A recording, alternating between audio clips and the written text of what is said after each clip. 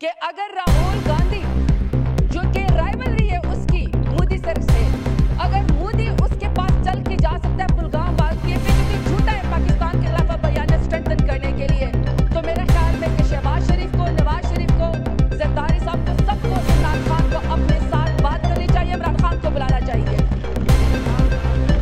عمران خان کے پاس جانا چاہیے، کیونکہ یہی قومی یکجہتی کا موقع ہے۔ اور میں اس کی ریزن آپ کو بتاتی ہوں، ایک ایکس پرائم منسٹر اور پاکستان کا سب سے بڑا سٹیک ہولڈر اور ووٹ اس نے لیا ہے، تو میرے خیال میں جب ہم نے اپنی اناج چھوڑی ہے، جب ہم نے اپنی ضد چھوڑی ہے، تو میرا خیال ہے کہ آپ لوگ بھی اپنی انا رہنے دیں، آپ لوگ بھی اپنی ضد۔ نمسکار ساتھیوں، آپ دیکھ رہے ہیں آپ کا اپنا یوٹیوب چینل سماعت لائیو۔ ڈپٹی اسپیکر صاحب، ایوان کے اندر جتنے بھی حکومت نمائندوں نے تقاریر کی اور وزیر اعظم نے بھی تقریر کی، لگ یہی رہا ہے کہ اس وقت ہم حالات جنگ میں ہیں، اور اس وقت جو بارڈر پہ جن مسائل کا ہم شکار ہیں، اور یہاں پہ بار بار ہمیں ایک بات سننے کو مل رہی ہے کہ جی ہم نے قومی یکجہتی کا مظاہرہ کرنا ہے، ہم نے اتفاق اور اتحاد کا مظاہرہ کرنا ہے، اور ان مشکل حالات میں ہم نے اتفاق کے ساتھ لڑنا ہے۔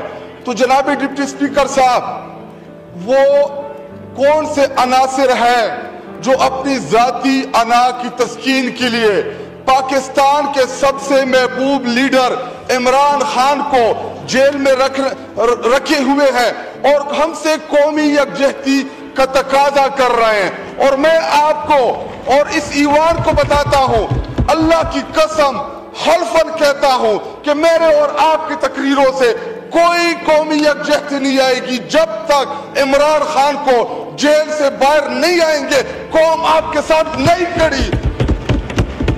اور کل ہم گئے، جناب ڈپٹی اسپیکر صاحب، ہماری ملاقات نہیں کرائی گئی، ہم چاہ رہے تھے کہ عمران خان صاحب کوئی پیغام دے گا، پاکستانی قوم کے نام وہ کوئی پیغام دے گا، ہم قوم کو بتائیں گے، لیکن ہمیں ادھر اپنے لیڈر کے ساتھ ہماری ملاقاتیں نہیں کرائی گئی، اور ادھر آتے ہیں کہ جی قومی یکجہتی۔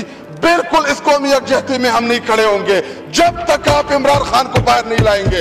اور جناب ڈپٹی اسپیکر صاحب، آج سے 2 سال پہلے 9 مئی کے دن جس بونڈے طریقے سے قوم کے محبوب لیڈر کو گریبان سے پکڑا گیا، ان کو گھسیٹا گیا، ان کو غیر قانونی طریقے سے گرفتار کیا گیا، تب سے لے کے آج تک پاکستانی قوم ان تمام ہاتھوں سے، ان تمام کرداروں سے نفرت کرتی ہے جنہوں نے عمران خان کو پکڑا، عمران خان کو گھسیٹا۔ اور جناب ڈپٹی اسپیکر صاحب، میرا دل کچھ اور کہہ رہا ہے، زبان سے مجبوری کے تحت ہی ہم یہی کہیں گے کہ ہاں، اگر جنگ ہوگی تو ہم اپنے ملک کے ساتھ کھڑے ہوں گے، اگر جنگ ہوگی تو ہم اپنی دفاعی عسکری قیادت کے ساتھ کھڑے ہوں گے۔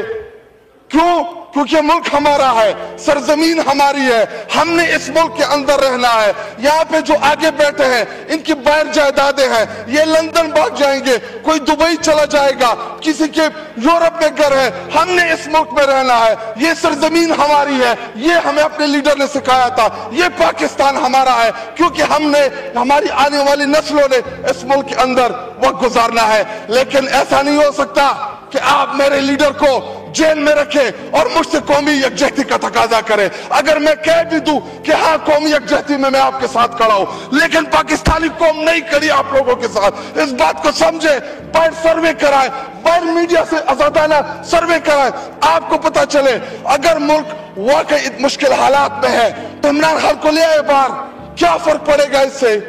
کیوں آپ قومی لیڈر کو ضرورت کیا ہے؟ کس لیے رکھا ہوا ہے جیل میں؟ پورے پاکستانی قوم جانتی ہے، آپ بھی جانتے ہیں کہ عمران خان نہ ملزم ہے نہ مجرم ہے، بلکہ تمام کے تمام سیاسی مقدمات ہیں ان کے اوپر۔ لائیں ان کو ادھر کھڑا کرے، وہ جب کہے گا کہ وی ول فائٹ، پورے پاکستانی قوم فائٹ کرے گا، بارڈر کی طرف جائے گا، اپنی فوج کے شانہ بشانہ کھڑا رہے گا۔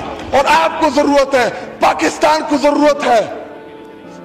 اور ادھر وزیر اعظم نے جب تقریر کی، مودی انٹرنیشنل دہشت گرد ہے، میں علل اعلان کہتا ہوں کہ جو ہمارے بچوں کو شہید کر رہا ہے وہ انٹرنیشنل دہشت گرد ہے، لیکن ان کے ذاتی تعلقات ہیں، کاروباری تعلقات ہیں، مودی کا نام نہیں لے سکتے.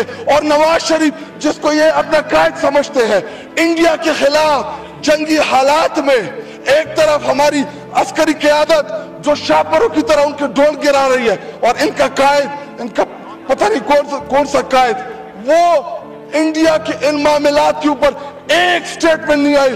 جناب ڈپٹی سپیکر صاحب، مجھے ٹیپو سلطان کہ وہ ایک کول یاد آ رہا ہے کہ اگر ایک لشکر جس کا سردار شیر ہو اور اس کے ساتھ لشکر میں گیدڑ ہو تو وہ شیروں کی طرح لڑتے ہیں.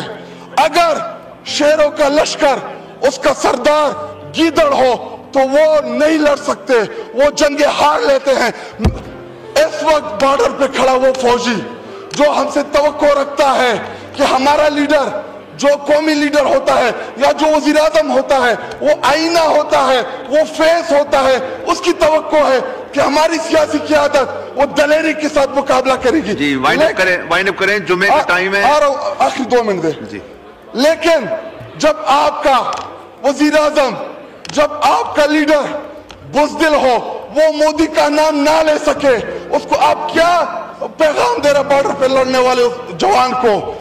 آئیں میں آپ کو آسان حل بتاتا ہوں. جناب ڈپٹی سپیکر صاحب، 9 مئی کے بعد، آج سے 2 سال پہلے جب 9 مئی ہوا، آپ نے ہمارے کارکنان کو گھسیٹا، ہمارے خواتین کو روڈ کے اوپر گھسیٹا، آپ نے چادر اور چاردیواریوں کی پامالیاں کی، ہمارے پولیٹیکل پارٹی کو آپ نے دیوال میں چن دیا. یہ تمام چیزیں ہم بھولنے کے لیے تیار ہیں، لیکن شرط ایک یہ ہے کہ عمران خان کو باہر لائیں، ادھر پریڈ گراؤنڈ میں جلسہ رکھے. اگر 50-60 لاکھ سے کم لوگ ہوئے تو میرا نام شاید خلق نہیں ہوگا.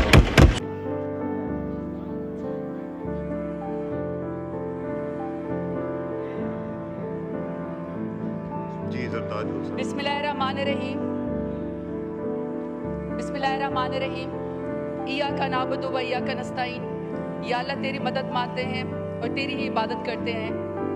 اسپیکر صاحب، قوموں کی تاریخ میں کوئی ایسا دن، ایسا لمحہ آ جاتا ہے جس میں آپ کی قومیں فیصلہ کرتی ہیں کہ اس نے کہاں کھڑا ہونا ہے. میں سمجھتی ہوں کہ کل رات جو بزدل بھارت نے رات کے اندھیرے میں ہمارے ملک کے پاکستان کے اوپر حملہ کیا، وہ پیپلز پارٹی کے اوپر حملہ نہیں تھا، وہ PMLN کے اوپر حملہ نہیں تھا، وہ جماعت اسلامی یا MKM کے اوپر حملہ نہیں تھا، وہ PTI کے اوپر یا کسی بھی سیاسی جماعت کے اوپر حملہ نہیں تھا.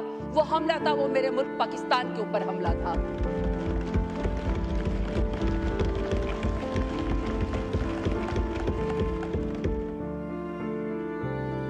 اور میرا ملک سلامت رہے، میرے ملک کا سبز ہلالی پرچم اونچا رہے، میرا ملک سلامت رہے تو سیاست بھی ہوگی، آپس میں لڑائیاں بھی ہوگی، کسی بات پہ اتفاق بھی ہوگا. اگر یہاں پہ شہباز شریف صاحب سن کے جاتے کیونکہ ان کو کہیں جانا تھا تو میں ان کو یہ جواب دیتی کہ 3 سال سے جو پاکستان تحریک انصاف کے ساتھ ہو رہا ہے، آج پاکستان تحریک انصاف دل بڑا کر کے صرف پاکستان کی خاطر یہاں پہ آج آئی ہوئی ہے کیونکہ یہ ملک ہمارا ہے.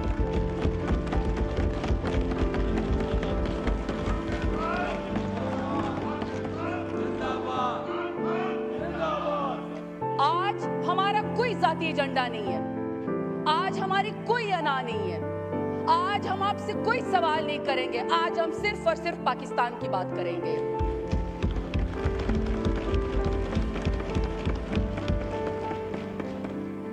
بزدل بھارت کی یہ فطرت ہے کہ جو کچھ بھی وہاں پہ ہوتا ہے، جو کچھ بھی اس کا فیلئر ہوتا ہے، وہ اس کا الزام پاکستان کے اوپر لگاتا ہے اور اس کو عادت ہے کہ رات کے اندھیرے میں حملہ کرتا ہے.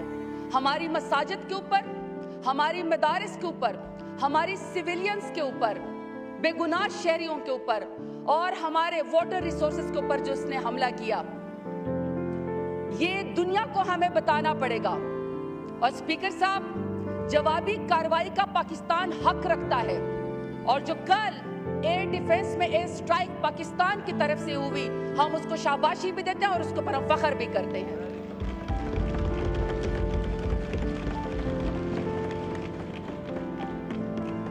اسپیکر صاحب، پاکستان خود دہشت گردی کا شکار ہے.